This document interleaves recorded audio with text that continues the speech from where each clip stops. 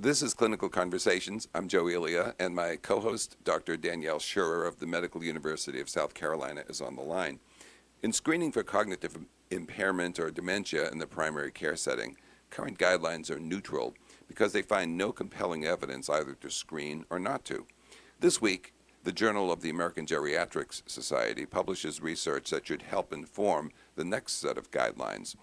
Investigators offered a simple 3-minute screen to some 8,000 veterans over age 70 at their usual routine primary care visits. Of those who accepted, about 1/4 failed and were offered further testing.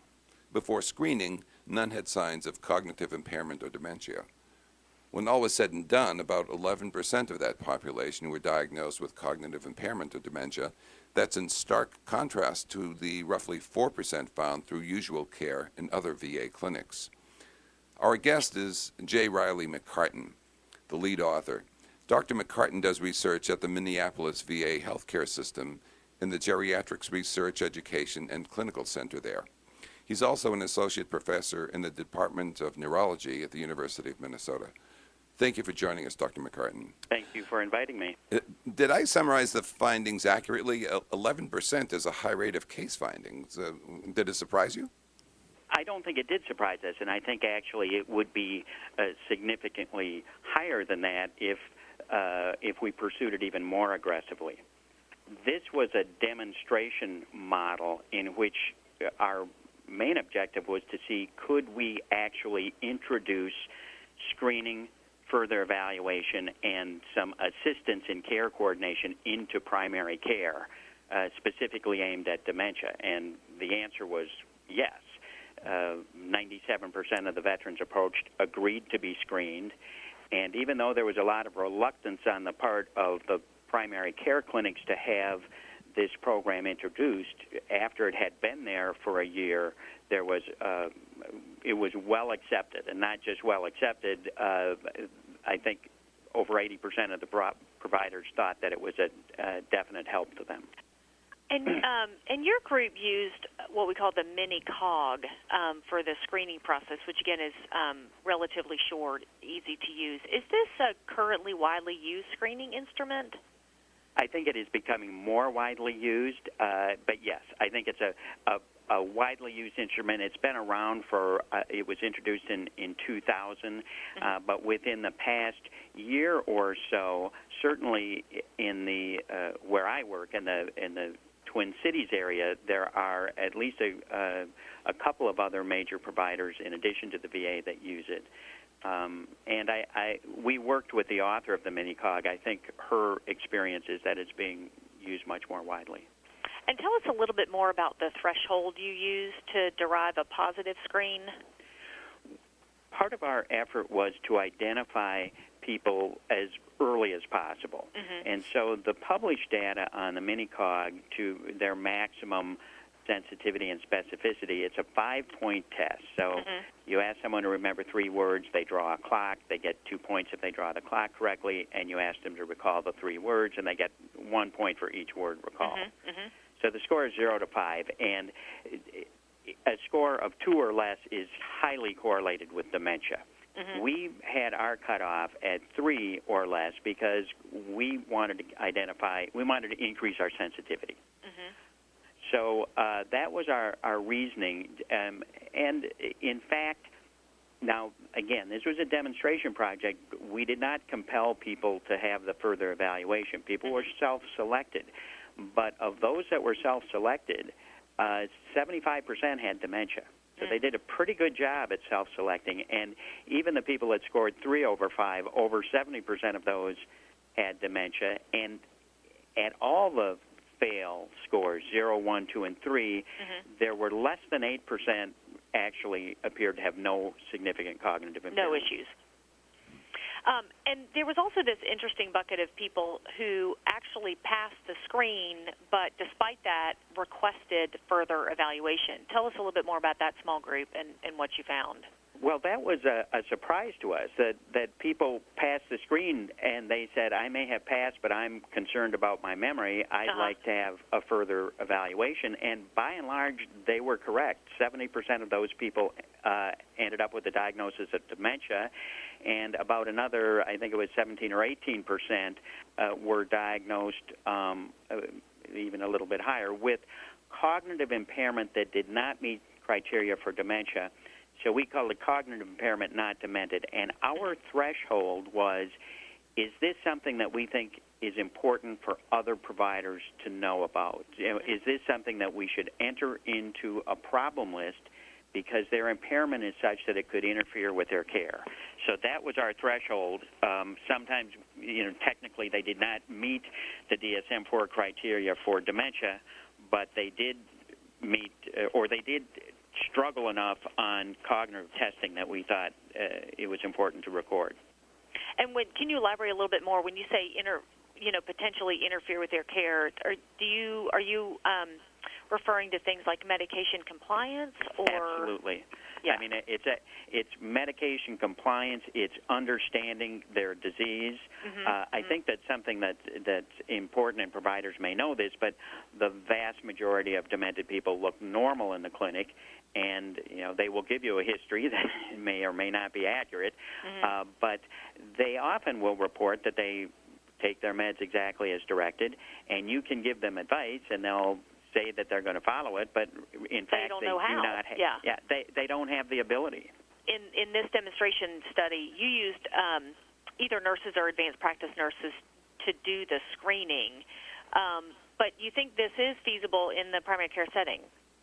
Oh, it absolutely is. And actually, when we developed the program, we had every intention of having a medical assistant do the screen because it's a simple screen, and it doesn't. And what happened was the primary care clinic said, "You're not using our staff," and so we had the nurses who were actually much more skilled. They were advanced practice nurses, administered the screen.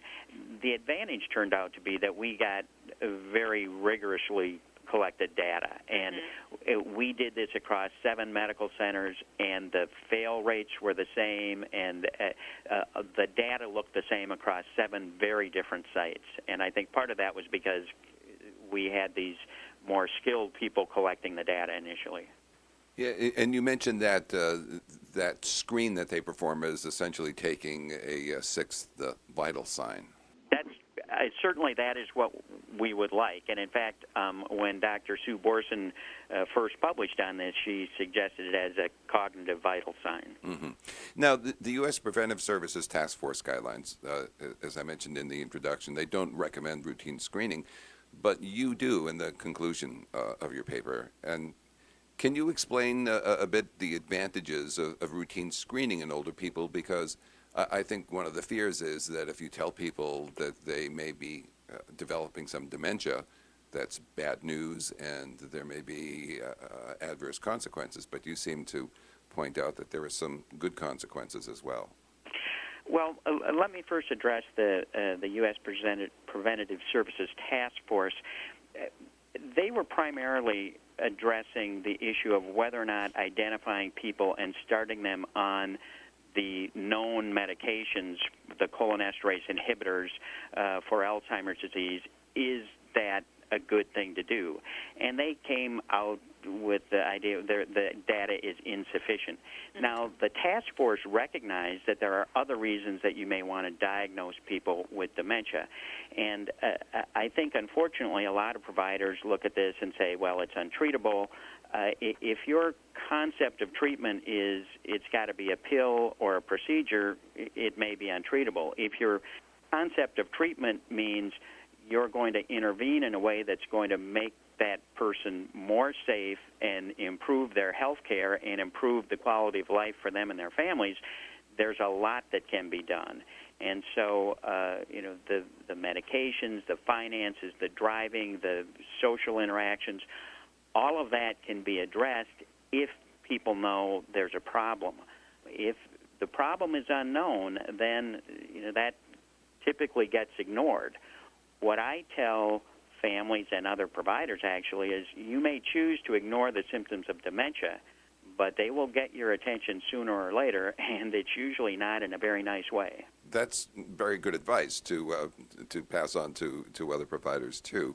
My bias is this, and I've been thinking about this a lot. I think that the brain is an important organ. I think everybody would agree with that, and cognitive function is a very important biological function. And the healthcare system should make that part of what they evaluate.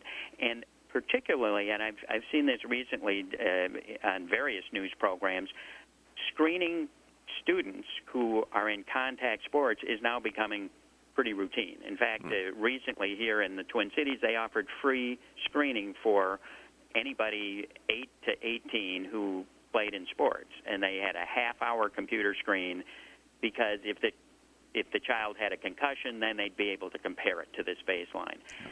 If we can do that in students who have a relatively low risk of brain injury, well, let's look at a population of people who have a very high risk of a serious disease. We really should be screening them. I think it is important for our audience just to reemphasize one of the points, which is to sort of steer our mindset away from thinking that the only point of screening is to figure out who needs medication, because it should affect so many other aspects of the care of the patient if you know what their cognitive function is. Just like you said, it's just like we assess their cardiovascular function, we assess their kidney function. We do all these things. We screen for peripheral artery disease, but we don't really think about screening for level of cognitive function, and it really does affect everything else we do during that visit and support we provide for them for every other system in their body. I would also just comment, since I work in memory clinics, a couple of different memory clinics, a main reason that people are referred or asked to be referred is because their doctors may know that they have Alzheimer's disease, and they may have told them, but it's pretty much, here's a pill, good luck. And I see a lot of people because they've been unhappy with the medical care provided. Okay. Well, thanks for spending some time with us today, Dr. McCartan. Thank you. Well, you're very welcome. That was our 146th edition, and all earlier ones can be found at podcasts.jwatch.org. We come to you from Journal Watch, whose website is jwatch.org. Clinical Conversations executive producer is Adore Yano. I'm Joe Elia. Dr. Danielle Schurer and I thank you for listening.